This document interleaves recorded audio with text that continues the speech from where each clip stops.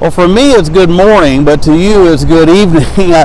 Joseph and I had to get up early this morning to get here. The sun just came up a few minutes ago.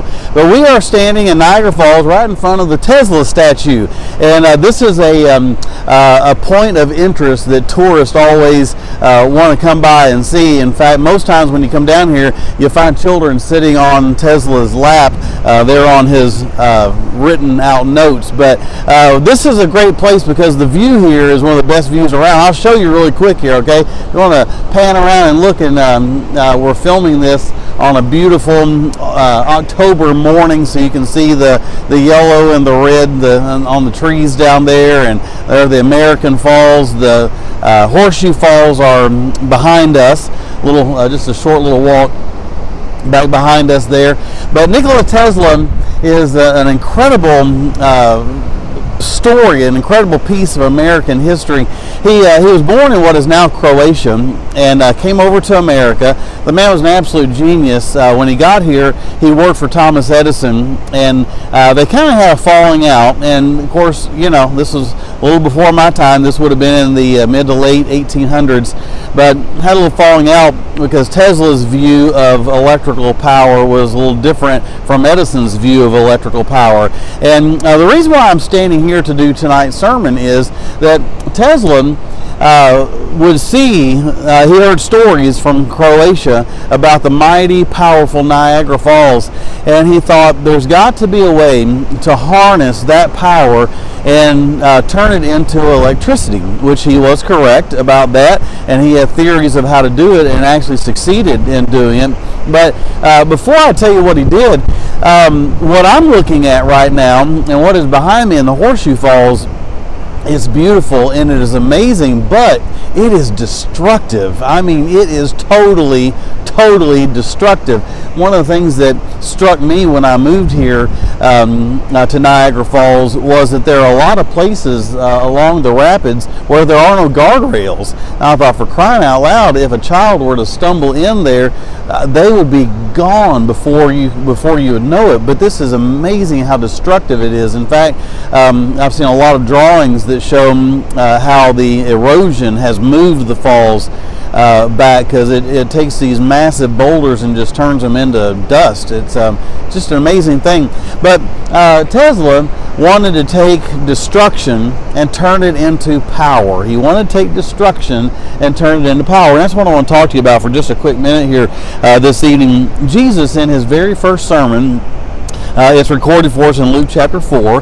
He got up in the synagogue and he opened the scroll of the book of Isaiah to what we now would call Isaiah 61:1. And here's what Jesus said in his very first public sermon. It's Luke chapter 4, verse 18. He said, "The Spirit of the Lord is upon me, because he hath anointed me to preach the gospel to the poor. He has sent me to heal the brokenhearted, to preach deliverance to the captives, and recovering of the sight to the blind, and set at liberty them that are bruised." Now, when Jesus was saying this, he gave the destruction and the power, okay? The destruction was the poor, the power was the gospel. The destruction was the brokenhearted, the power was the healing. The destruction was the captives, the power was the deliverance. The destruction was the blind, the power was the sight, and then the bruised and the liberty. Now, if you were to go back to Isaiah chapter 61 and verse number 3 and read all of what that passage says, it goes on to say the destruction of ashes would be turned into beauty. So destruction being turned into power. Isaiah also talked about the mourning would be turned to the oil of joy. Again, destruction turning into power. And then the last one is the spirit of heaviness for a garment of praise. So you see, Jesus started his ministry saying, I want to take destruction and I want to turn it into power. And what happened with Nikola Tesla was that the power that was harnessed by the mighty Niagara Falls, the mighty Niagara River, was turned into that destruction that was turned into power that lit up Buffalo and made it the city of lights. More millionaires lived there than any other city anywhere because it was the city of electricity, all because of this destruction that I'm standing here and looking at today. I want to ask you just a couple of questions, okay? Just 3 questions I just scribbled down here.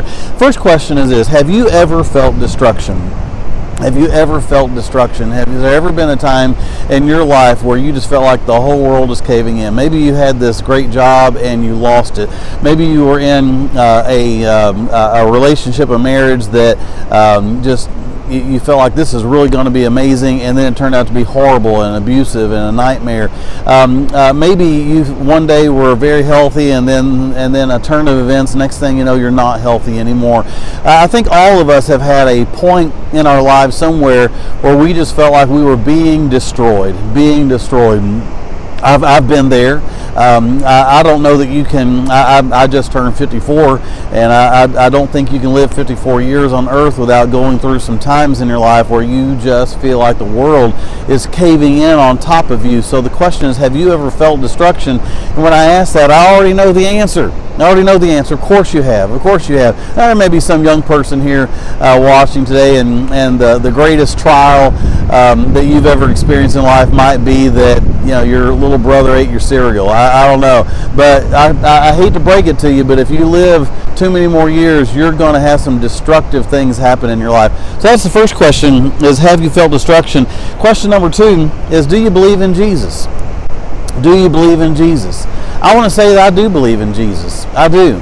And I understand that this Jesus that I believe in, he was the virgin-born, eternal Son of God who came to live on planet Earth so that he could live a sinless life and he could die a vicarious death on Calvary, shed his blood to pay my sin debt and yours, die on that cross, and rise again the third day.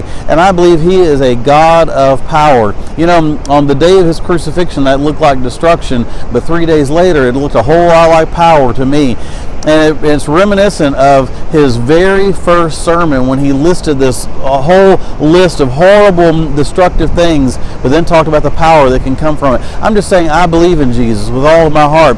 It's not just preacher talk to me, okay? It's not just something that I do for a living. It's something that I believe in, and I have banked my eternal soul on the fact that I do believe in Jesus. If I did not believe that Jesus could turn your destruction into power, I don't think I could continue as a preacher of the gospel, because that's what I preach, that's what I believe in, that's what I've banked my eternal soul on. So question number 1 is, have you felt destruction? Absolutely you have. Question number 2 is, do you believe in Jesus? I know I do with all my heart. But then question number 3 is, what can you do to help others?